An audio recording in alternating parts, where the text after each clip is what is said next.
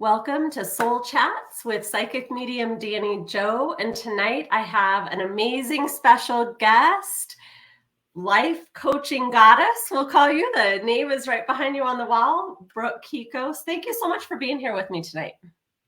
Thank you for having me. I'm excited to have this conversation. Yeah, we'll wait a couple minutes till we get a few people finding us live, but I'm so excited for you to tell everybody some of what you do and some of your experience of what you've been through personally, whatever you feel like sharing. I feel like it was synchronistic that we both were on a podcast and were able to connect that way. And I think that was the first time I met you, I'm sure, was through the Speaker Summit or Summer Summit series.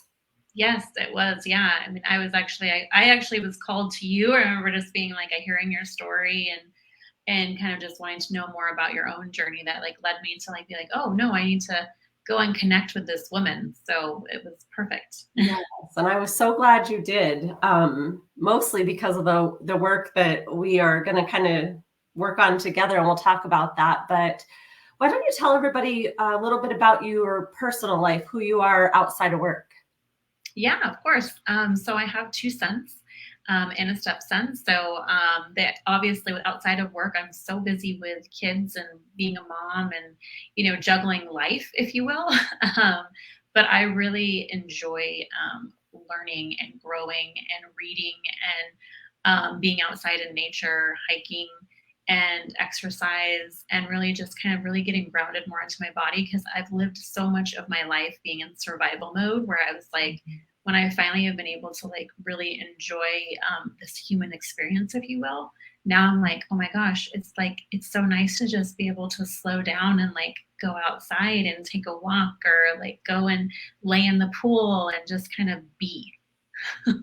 Isn't that a major difference? Yeah. Such a major difference, right? Because, I feel like there's been a part of me that has lived in fear all my life since I was young.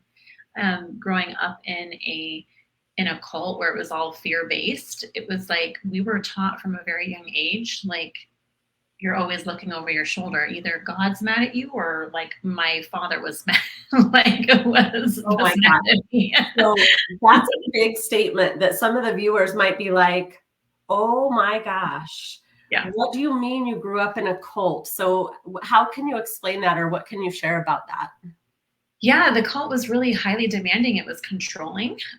Women were to be in subjection of the man. And so women were really taught to like really, you couldn't really have a voice. You were to listen to the man of the house, right? And you had to act just so. You had to dress just so.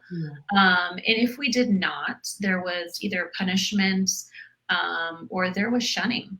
So, that was just kind of my experience. So not only was I feeling like I was being shamed in the religion and feeling like this constant fear of being judged, I had not only this fear of God because I was like, okay, well, if I don't do exactly what God wants me to do, that means that he's going to kill me at Armageddon. That means I'm never going to live forever. All my family's going to live and I'm going to be the one that dies because I didn't do what I was supposed to. And so I like to say I had a trauma bond with God. I was in fear of God. And I was like, oh my gosh, I got to make sure I do everything just so, and I got to be the perfect little good girl. And if I'm not, I know what's going to happen. And so I lived that way for 35 years of my life. I didn't break free until I was 35 years old. Wow. And then it was the same way at home and my family dynamic. It was like, okay, we fear dad because dad gets angry if we don't do just so, or if we're not acting perfect like we're supposed to.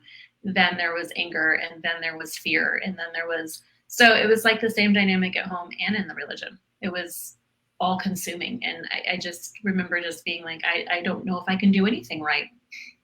Wow. That's incredible to hear you talk about. Obviously we've had a little bit of time to chat, but I really haven't heard, your full story and a lot of the details behind that. But before we get into what kind of got you to where you are today, for everyone watching, one of the reasons that I was really glad that Brooke reached out to me is because she has been through her own experiences with abuse, and you have a lot of experience in helping others with that through your coaching, your RTT, and all of this. So that's why we are going to partner as having a provider for Shirley Speaks, which we're super grateful for. But tell everybody what you do. What I know I posted up there all of your official titles, but some people don't know what that means. Trauma recovery coach or RTT. Talk about that a little bit. Well, I'll just speak first that I have life experience. So not only have I done the schooling to kind of help with this trauma healing, this trauma recovery, if you will, I was diagnosed with complex PTSD in 2017, severe anxiety. And it was to the point where I was like, I really didn't even know how I was functioning and didn't even realize that's really what was wrong with me, was these emotional flashbacks that I was having. So I've been able to master, if you will, learning not only the ins and outs of having this complex PTSD, which can kind of sometimes feel like a disease that is crippling, but it really isn't. It's just this your brain that's taking you back into these moments of trauma imprints and being able to kind of help people get out of that. So that's really what the trauma recovery is, right? Our brain holds on to these traumatic imprints, if you will, or impressions of moments in time of where we create these beliefs about ourselves, but also the times where we lived in fear. And those can get re-triggered and refired with things that come up in our day-to-day. And if we don't handle those and deal with those, we're operating from that state of survival. We're operating from that state of like not knowing, oh my gosh, why do I continue to feel this anxiety in my body? Well, it came into existence at some time because when you were a baby, you didn't have it. You weren't born with this anxiety. It came into existence somewhere along the line. So it's really being able to get to the root cause. And that's what RTT does, which is rapid transformational therapy. It works with the subconscious part of our brain that holds on to all those imprints, all of those stories, all of the things from the past, to be able to heal them and to go back into them, allow yourself to feel the emotion or express the thing that you weren't able to process at that time. And because perhaps it wasn't safe to do so, right? Maybe you couldn't, and as a domestic violence survivor, recognizing that we lived in fear. I lived in fear so much that my brain couldn't process that stuff. And so once I began to start to heal, I started to feel safer. And then those things were coming to the surface, right? And recognizing that, wow, that was all that trauma that I had survived that's here for me to kind of deal with, which can be really scary, but it's so necessary so that you can really thrive and really start to live life more fully. Interesting. I have never experienced RTT. I have had a lot of therapies done to myself in my own healing journey, and it sounds fascinating. I do a little bit of something similar with age regression healing. Yeah. Which, I just is more spirit guided, but fantastic. And what I always like to tell people too is, and maybe you would agree with this, that not everything is going to work for everybody. So if you feel like you've been working on something and you're not making progress, try a different therapy, right? Like RTT or whatnot, and see if you can make more progress, because I kind of explain it as like, you have those people that Tylenol doesn't work for, right? But ibuprofen does, and so on and so forth. But it's the nice thing about having all those therapies out there. Yeah, I cannot speak to that enough, because in my own journey, I started with traditional counseling, right? Went to a counselor, started to talk about my issues. And while she gave me some tools to start to throw in my backpack, which were really amazing, I got stuck, right? I was still kind of stuck in those imprints of the past and that trauma in my body. And so I went on a search, right? I went on a search for other things, and I started, I tried energy healing. That's where I found RTT, which really helped me identify and understand even more, have the conscious awareness of when I was going into imprints of the past, to be able to recognize the difference. So I didn't allow myself to go back into that, like basically what they call the spiral or the rabbit hole, right? Of just going back down that same path. And so it gave me more awareness to not have to do that. So, and then I did EMDR, which is, not necessarily perfectly like RTT, but similar, right? You're trying to desensitize the imprints from the past so that you don't get re-triggered as easily. And you're able to identify when it is maybe a trigger from the past. So you're not feeling all of that angst in your body and that trauma. And then I went to somatic experiencing. And for anybody that's not familiar with that, it's really working with the body, the nervous system, because that's really where it sits too. We don't realize how much, if we've had deep trauma. So for myself, I had sexual abuse, domestic violence, and then, religious abuse. So I had all these abuses to kind of have to deal with, and they left imprints also on my body, not just on my brain, right?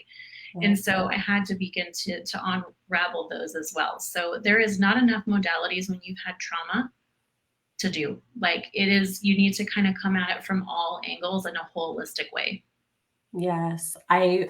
So just on a side note, my vision for our nonprofit eventually is that we have like a whole program that we send a survivor through, right? So we get all those modalities, and the providers can kind of work together of this person needs more of this or not. But I think that would be so ideal in a real world setting, that a person could go and do all of those things to try to become whole, whole and healed again. Yeah, right. And I think for you, it's like you kind of work on the spiritual aspect, right? Being a psychic medium, there is trauma that we also have in our bodies. For me, it was grief. Psychic medium, I was able to experience the first time was like when my ex-husband died. The grief kind of really ignited that spiritual awakening for me and kind of reconnecting with my higher power, because I had lost all hope in that. When I left the cult, I was mad at God. I was like, well, I guess this was all fake. Like, whatever, I was angry because I had to bleed so much in something felt like I was duped, that I had lost that. And then when I reconnected with that higher power, it also helped me to recognize, oh, okay, my dead loved ones are not really gone. They're just somewhere else, right? Like, and it's being able to kind of like for you, reconnecting that for somebody helps them heal those parts of them that are kind of dealing and struggling with that trauma, because grief is trauma. Oh, absolutely. And, even just the other day, I worked with a gentleman who lost his son, and, I gave him permission to let go of his guilt that he was carrying, right? So even just to have the knowledge that they're still around, but sometimes they need those bigger messages of, you couldn't have done anything else. Let go of that. You did as best as you could with what you had. End of story. Yeah, exactly. Right. Because we do hold on to that guilt. That was a big part of my story as well, because I thought, oh my gosh, maybe I could have done this for him. Maybe I could have done that. He would still be here. And I held on to all of that stuff. And it was like being able to finally kind of let that go, so that I could kind of move forward on my journey. Right. Yeah. So interesting. So you were in a cult and growing up, right? And then ended up still in that cult with your first husband?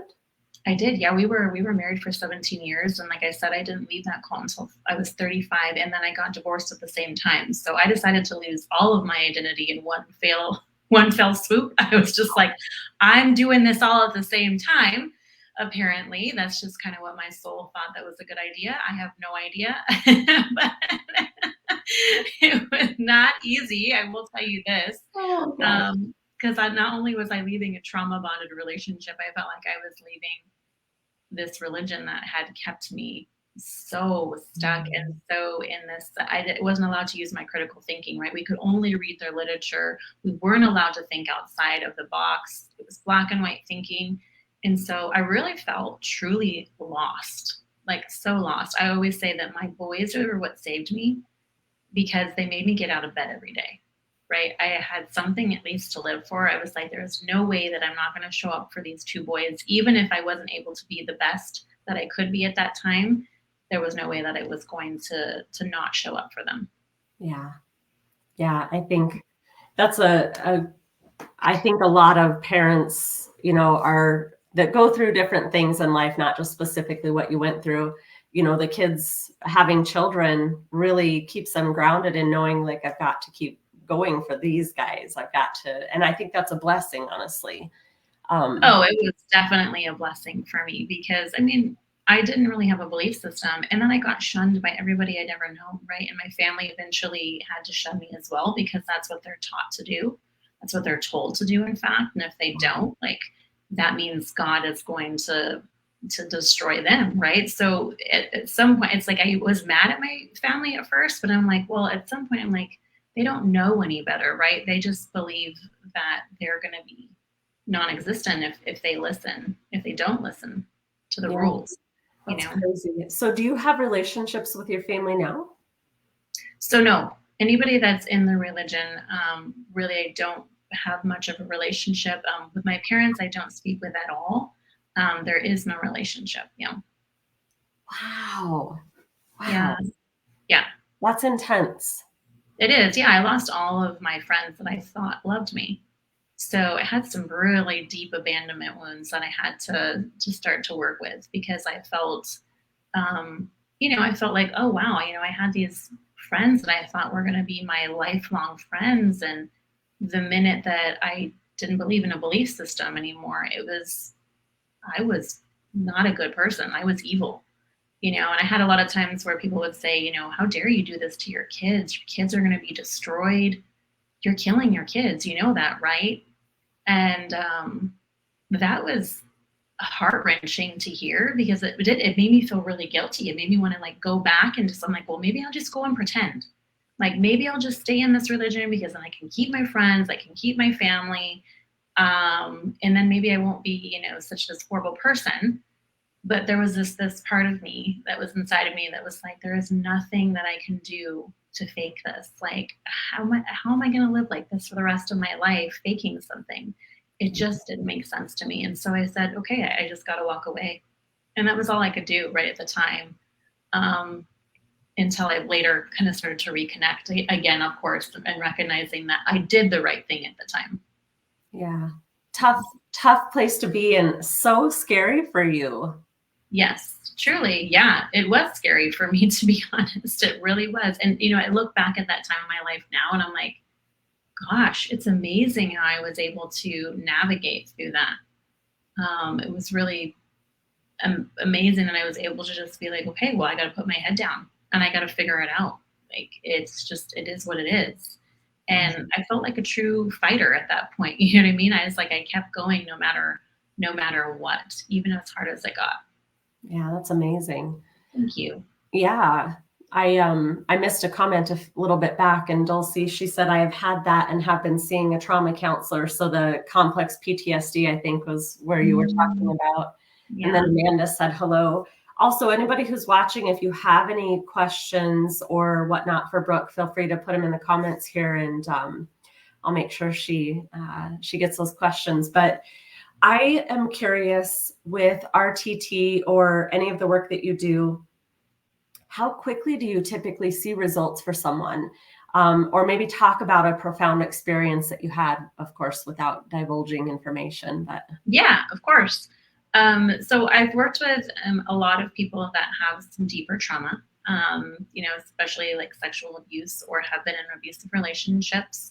And to be honest, it really starts to break through some of those walls that they're not recognizing that are there in just as few as like three sessions, to be honest.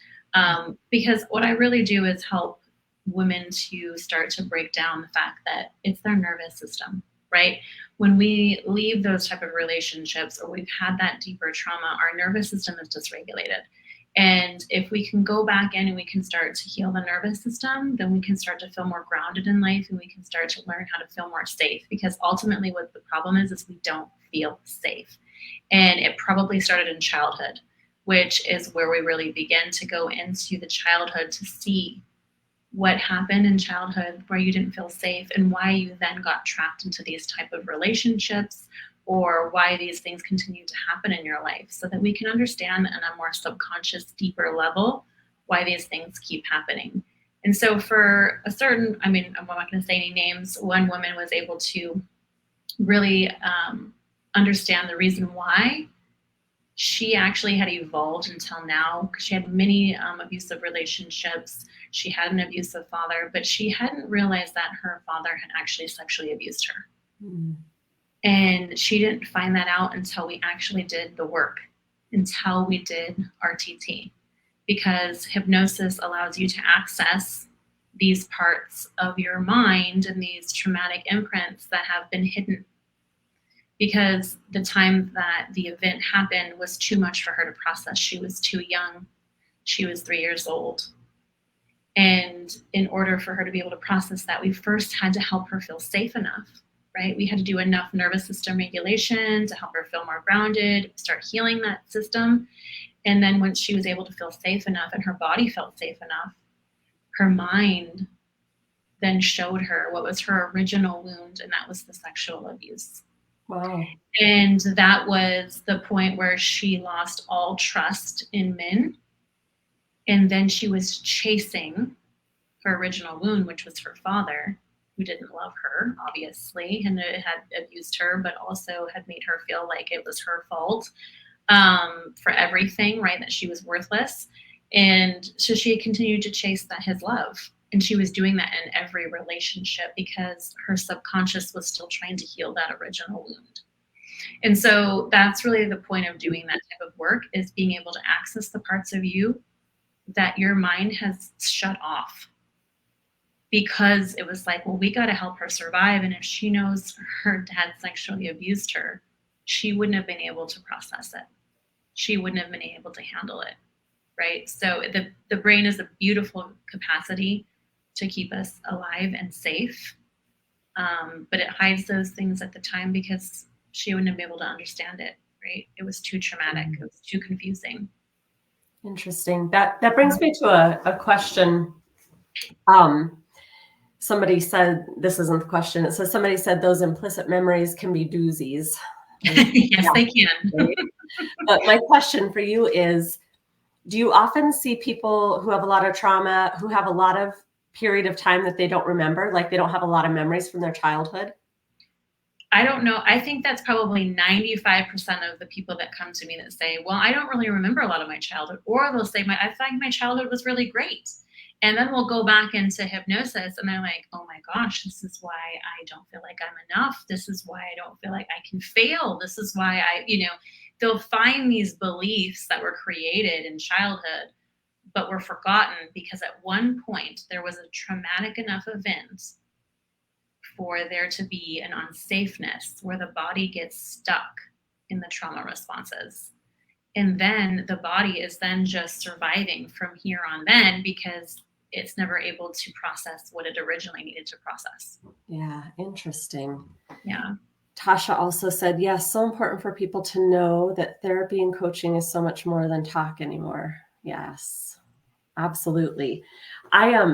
Well, that makes me a little nervous because I have very few memories of my childhood, right? And I feel like I probably have a lot of trauma. I've done some trauma work, but I was going to tell you an experience I had. So I do a little bit of soul retrieval work.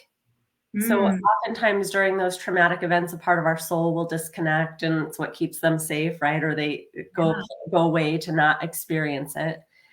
And that part of getting stuck is so true, because I was holding the client's hand as I was soul journeying for her.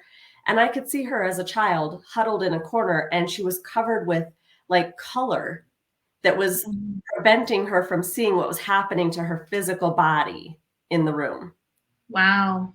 Yes, intense. So thinking about how that all happens and how, like, yes, I can't process what's happening, that totally makes sense. Yeah, and you probably do have those things that are still coming to the surface and probably still need to be processed. Maybe we need to do a session together, which would not be a bad thing because you've never experienced it, right?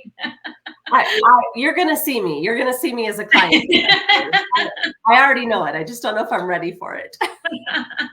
Yeah, I would love to. We could always just trade a service, right? Because I mean, what you do is, I think, it's fascinating in itself, and I adore that part of the healing process. Yeah. So we'll definitely chat. but, growing up in a domestic violence home, I have a lot of trauma. I mean, from the Yeah. age of 5, laying Mhm. in bed thinking, how can I kill my mom's husband so he doesn't hurt her anymore, right? Wow.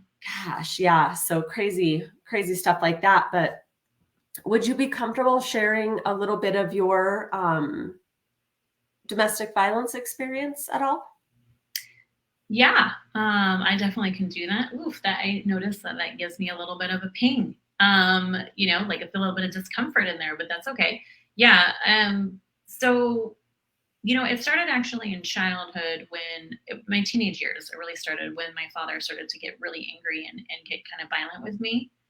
And I remember one instance when I was like 15 years old, and my dad kicked me out of the house and got violent with me, pushed me out the door. I was trying to do more. My mom was holding him back. And I just remember like really being so in fear for my life. But there was this part of me that was like, well, this must be normal. It's all my fault. Something is wrong with me, right? I can't be a good kid. I don't know what the hell's wrong with me, right? I just can't. I can't be like all the other witnesses.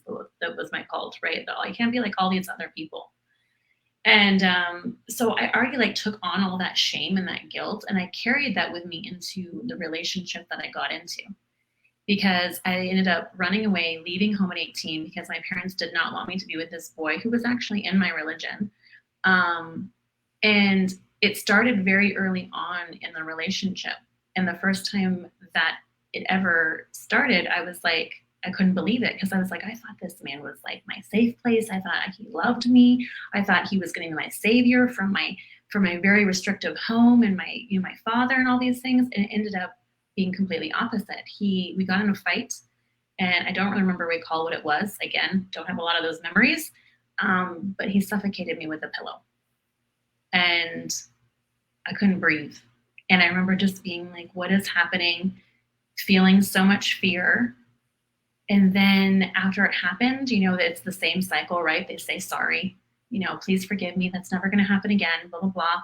You buy into it. And then I remember being like, it's all my fault. It's my fault. I made him do that. I made him so angry that he did that to me.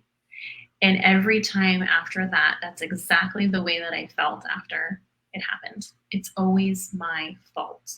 If I could just act right, if I could just be more perfect, if I could just behave, right? And so I just kept those beliefs with me this whole time, and I just kept chasing his love or his acceptance fully, like I had with my father. And it never got so bad where I was like ending up in a hospital or anything like that, but it was the emotional, the mental, and then the physical when it did come that was terrifying. And it took him putting a knife to my throat to recognize this is not okay anymore. What am I doing? It was like this moment of like, I don't know who I am anymore. I don't know what I'm doing and why this is even happening. And that really helped me kind of awaken to say, something has to change here. But it took me 17 years, right? Because that's all I had ever known. I didn't know any different. And I thought that was what I was needing to stay in. I was so fearful of leaving for multiple reasons, but also religious reasons. We were told we couldn't get divorced. And for only if there was other issues like adultery, and like if you did, then you're shamed and you feel embarrassed, because you're like in the eye of everybody. And so there's just so many dynamics to it why I stayed. Yeah, I know.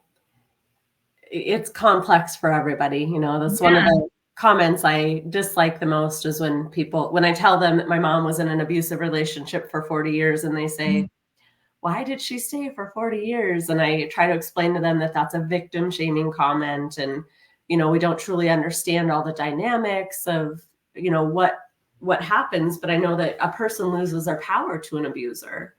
And, over time that becomes magnified greatly. I'll have a couple of comments here. I'll just read to you. And it doesn't show me names. Let me just pop up here and see if I can see who's talking to us. So we have, Amanda. She says she has very few memories of her childhood. She felt like she was in a peach-colored bubble and she could see and hear things, but nobody could hurt her. So yes, Amanda, you might be a good candidate for RTT with Brooke for sure. And then she also said that feeling of it's my fault or I have to be better, no mistakes is a real feeling. Thank you for sharing, she said. Oh, yeah, of course. You're welcome. Yeah, because it is. I mean, I think that's probably the majority of women that have survived that type of abuse, right? Well, the abuser usually makes it out to be your fault, right? And then pretty soon you've been gaslighted so many times, you're like, well, I guess he's right. Like, he must be right? Because you're just so confused. The confusion is just wild. Yeah, they do crazy things. My mom's husband, towards the end of her life, probably even just within the last couple of weeks, was taking her alcohol to the neighbors. My mom was an alcoholic, but she couldn't drive. She couldn't leave the house. So if alcohol was coming in, he was bringing it, right? But he was taking it to the neighbors and telling them, you've got to hide this from her. She's been drinking like crazy and she's getting crazy. And he was telling family members this, trying to make her look like something was wrong with her, right? Not that she was trying to cover her abuse with this alcohol. But yes, abusers do crazy things. And of course, everybody thinks there's nothing wrong with them because they don't see that crazy side. But it's a very big warning sign, definitely, to pay attention to those things that they do that make you feel like you're the crazy one or there's something wrong with you, because it's definitely not you. Exactly. Not you. Yeah. But we take that on, right? We take that on because when your self-esteem has been just depleted for so many years, you begin to believe the lie, right? And I wholeheartedly felt that. Like, I'm kind of like, okay, well, maybe it is my fault. And then I felt like I had to make sure all the dynamics were just perfect, so none of that stuff went haywire. And then I saw, once I got out of the relationship, how I still was continuing to do those same things, right? Because it was just patterns of behavior of not, so having to control my environment because that was the way I had operated. That's how I stayed safe. Yeah, I thought I stayed safe. Absolutely. Yeah. Well, tell everybody where you're at. Yeah. So lifecoachinggoddess.com, obviously that's my website. So yeah, you're able to book a chat with me if you guys want to. I'm also on Instagram and TikTok and Facebook and all those fun social media platforms. Are you Life Coaching Goddess on all those platforms? I am. Yep. Perfect. Yep. And so you meet virtually with all of your clients? So I do have some in-house clients that come and see me here. I'm in Arizona. But yeah, for the most part, yeah, I do all virtual, which actually works really well because when you do RTT, it's really nice to be in your own space because it feels safe, right? If you can be in your own bedroom and experience what you're experiencing and not somebody's foreign office, it makes you feel more at home. And it's just it's a great space to kind of be able to feel the things that you need to feel. Absolutely. I think honestly, the virtual world has gotten so much easier for everyone anyway because of the COVID experience, right?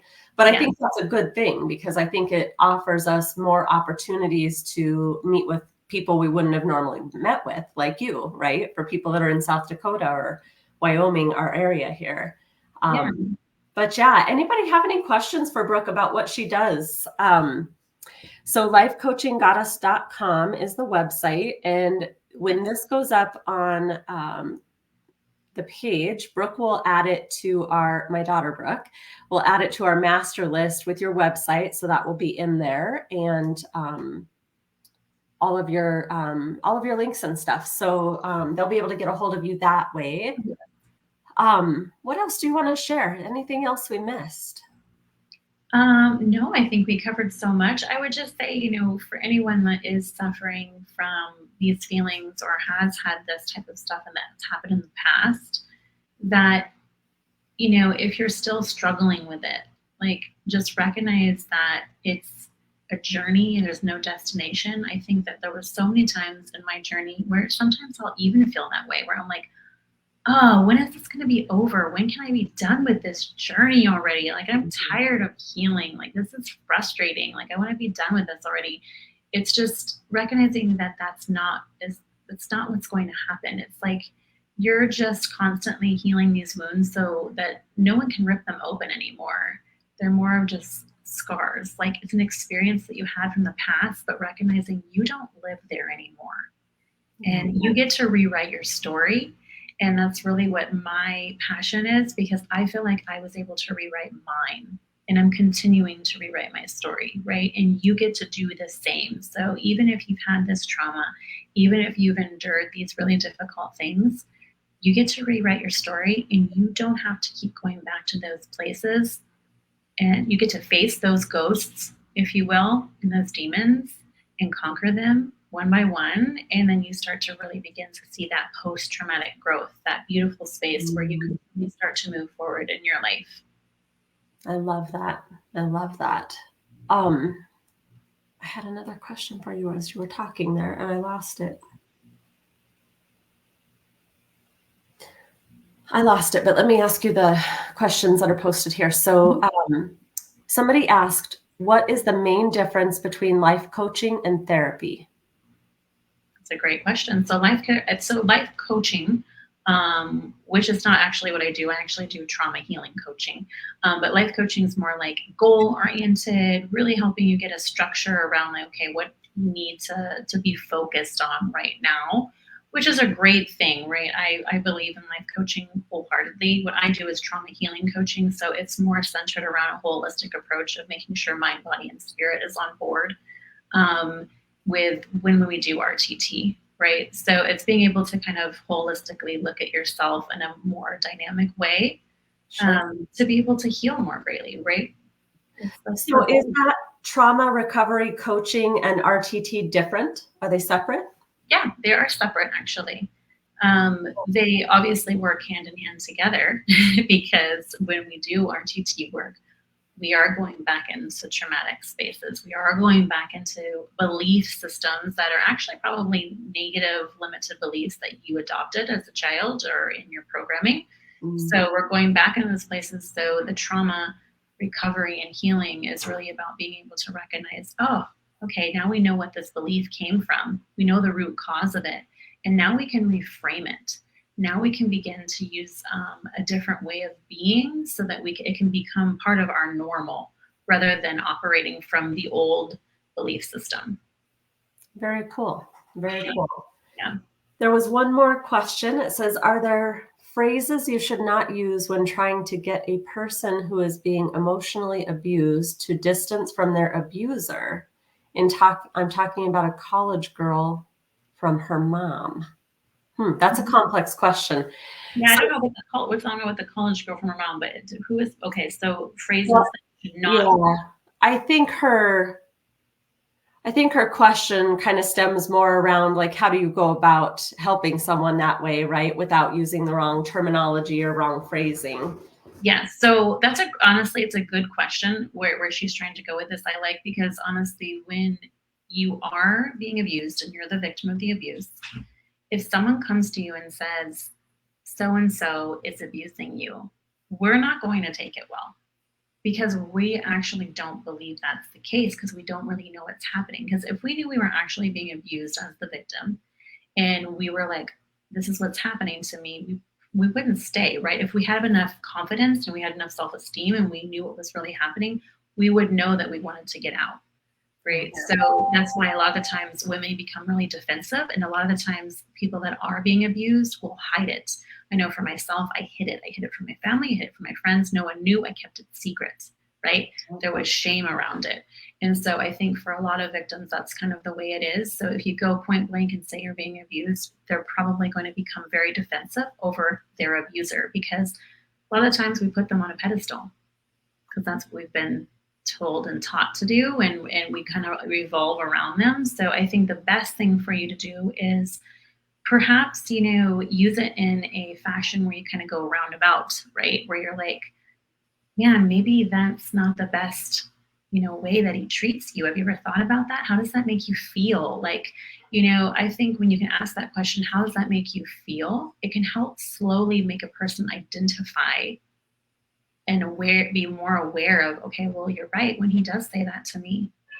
that makes me feel hurt, or it makes me feel less than, or it makes me feel like I don't matter. So maybe helping that person identify the feeling and the emotion can help them be aware of, well, I don't want to feel like this anymore, right? Maybe they can start to link that together so that they can really make their own conscious decision, because they have to be the one that makes the decision to leave. And I think a lot of the time we want to help people, right? We see that they're in a bad situation and we're like, let me show you, let me teach you, but they're not ready. They're not ready to receive. No, I try to explain that. And I mean, statistics show it's an average of 7 times before a person leaves an abuser if they're, going to try that. And so that's a telltale sign that sometimes there's nothing we can do. But I always like to tell people it's like you're all runners on a racetrack, right? And so we can't hold someone's hand and encourage them on that racetrack. We have to be our own runner in our own lane and not help the other person pull them along or push them along. They have to run that race in their own timing, in their own way. We can be the cheerleader, come on, friend, right? And give those encouragements, but we can't change their path for them ultimately. Yeah, that's exactly what it is. And, I had a lot of those codependent traits where I thought I could go around saving people when I really needed to save myself. I recognized that I was doing that. It was like, we want to try to help people and fix things, but ultimately when someone's in a situation like that, they have to be ready to make the change. The fear of the unknown sometimes can keep people really unable to move into a space where it's going to take a lot of courage, right? It's going to take a lot of strength to break free, and they're just might not be ready. So maybe just, kind of putting those little nuggets in their awareness can be helpful to kind of hopefully help them become awakened to the fact that something isn't right. Absolutely. Great advice. Well, Brooke, I just want to say thank you so much for joining me tonight. You are so phenomenal. You are so fun to talk to. Your energy is contagious. And I know that you're going to continue to do great things. And I'm super excited that we're partnering with you. And you'll hear from me soon, I'm sure. Thank you. I appreciate you so much. That's so sweet. You're so welcome. You're so welcome. I know Spirit guided us for a reason. And you guys go check out her website, lifecoachinggoddess.com, and her social media pages. Give her a like or a follow. And if there's anything else you have questions about, you can certainly reach out to her through her social media pages. Please do. Yes, for everybody watching tonight, thank you so much for joining us. We appreciate and love you very much, and hope that you have a great rest of your night. We'll talk to you soon.